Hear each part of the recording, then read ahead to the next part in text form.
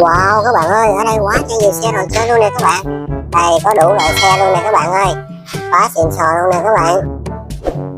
Wow, một chiếc xe cần cẩu xúc cát nè các bạn ơi.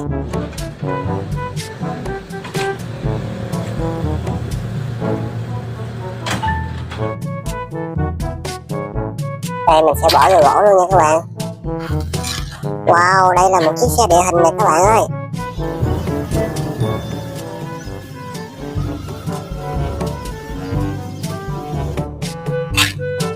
Quá đẹp luôn các bạn ơi.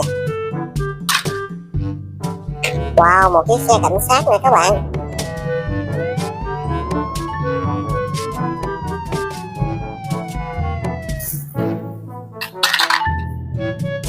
Đây là một chiếc xe buýt màu vàng nè các bạn ơi.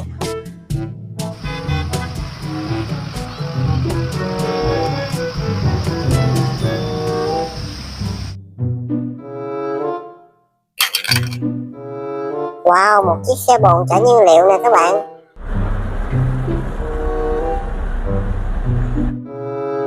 Đây, chiếc xe rất là đẹp luôn nè các bạn ơi. Wow, một chiếc xe cần cẩu xúc cát nữa nè các bạn.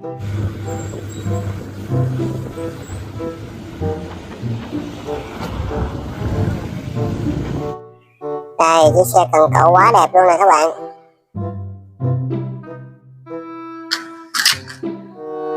Wow, một chiếc xe bồn chở nhiên liệu các bạn ơi.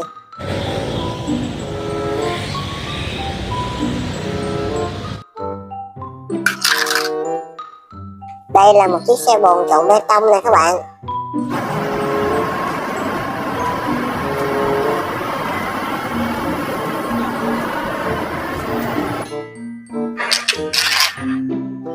Wow, đây là một chiếc xe cần cẩu xúc cát nè các bạn ơi.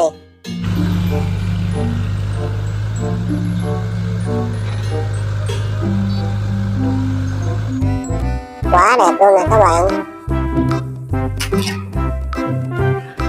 Đây là một chiếc xe cần cẩu nè các bạn ơi.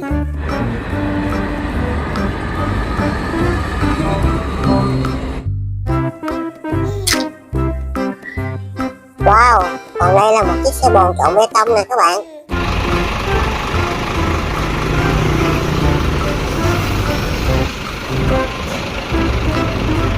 Đây, thùng bồn có thể xoay được luôn nè các bạn ơi. Đây mình sẽ bỏ vô gỗ luôn nha. Wow, đây là một chiếc xe cấp cứu nè các bạn.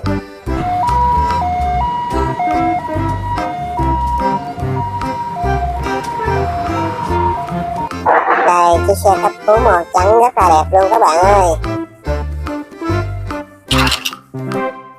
Wow, các bạn ơi, một chiếc xe chở rác nè các bạn.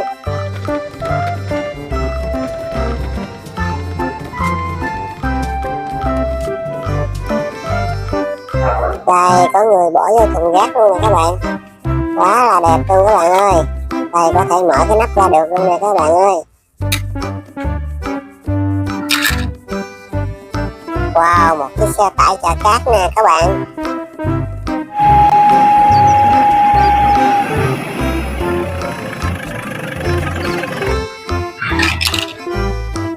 Wow, đây là một chiếc xe bồn chở nhiên liệu nè các bạn.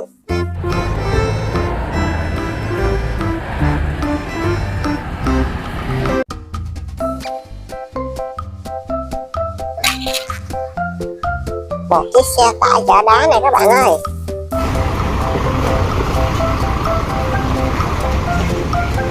Đây, phía trên có rất là nhiều đá luôn nè các bạn. Wow, một chiếc xe cứu hỏa này các bạn.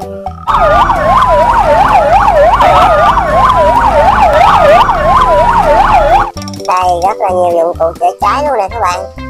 Đây, phía trên có cái vòi xịt nước nữa nè các bạn ơi.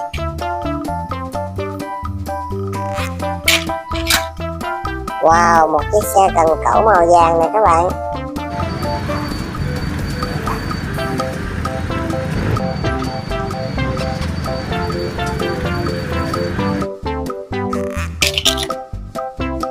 Đây, một chiếc xe bồn trộn bê tông màu vàng các bạn ơi.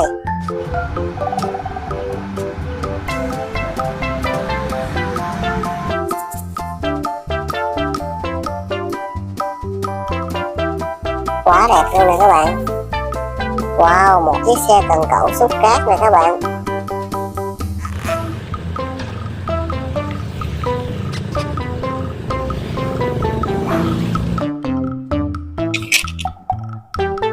Một chiếc xe tải chở cát màu vàng các bạn ơi.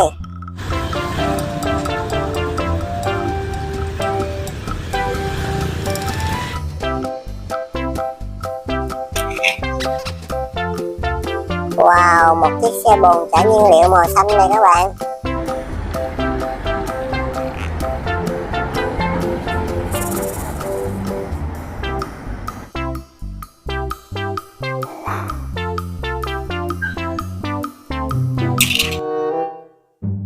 Wow, một chiếc xe cần cẩu xúc cát các bạn ơi.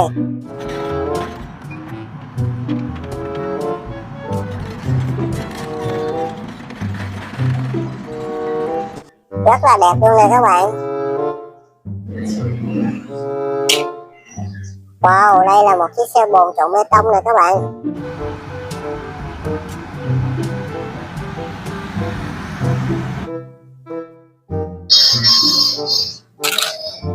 Các bạn ơi, một chiếc xe buýt màu xanh dương này các bạn. Oh tidak, lebih baik aku mencari pemiliknya. Ayo ikut aku. Naiklah, siap. Wow, một chiếc xe lửa này các bạn.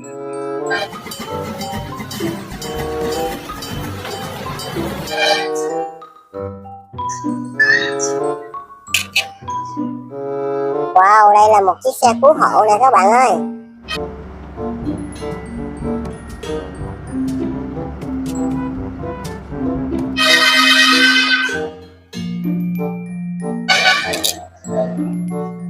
Đây, một chiếc xe tải chở hàng này các bạn. Quá đẹp luôn các bạn ơi.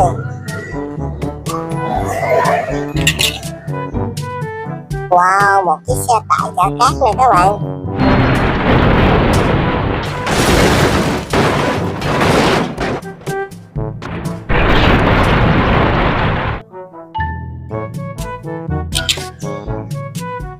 Các bạn ơi, một chiếc xe container.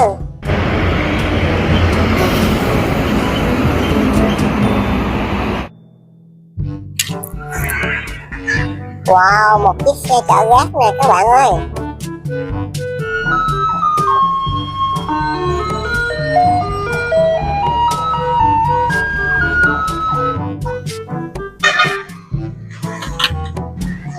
Đây, một chiếc xe tải chở cát.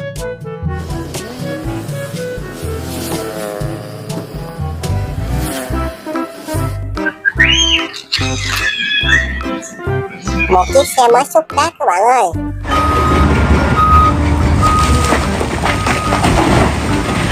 Quá đẹp luôn.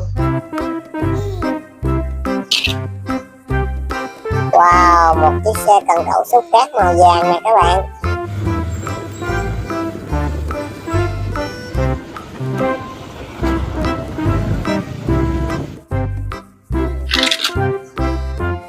Đây, một chiếc xe đua màu xanh dương các bạn ơi. And there's Lewis Hamilton sliding into the wall. And oh dear, Roman. Quá xịn sò luôn nè các bạn. Wow, một chiếc xe container màu xanh này các bạn ơi.